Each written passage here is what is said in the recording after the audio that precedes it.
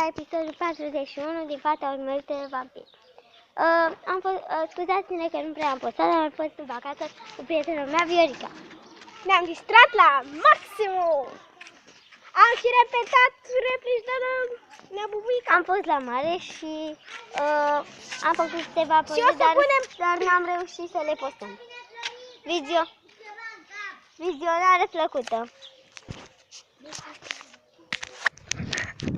Gata, am găsit un loc în care să stau! Gata la de post! Bun, trebuie să mă ascund în vampirița asta proastă și mult mi-aș fi dorit să nu fie. Uite! Dacă l-a trecere înseamnă că e ea acolo! Yes!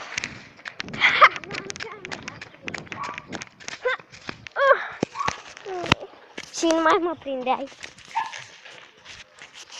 I-am furat camera. Bravo mie! Sunt foarte încântată.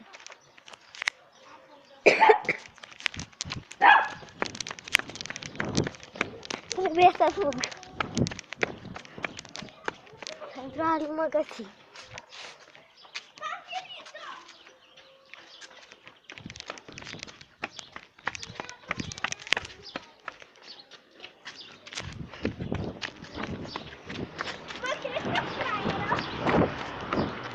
Da!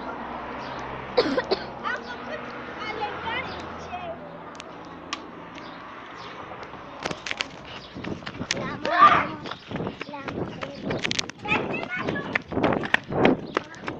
Și găseai scrisoarea! Așa se termină episodul 41.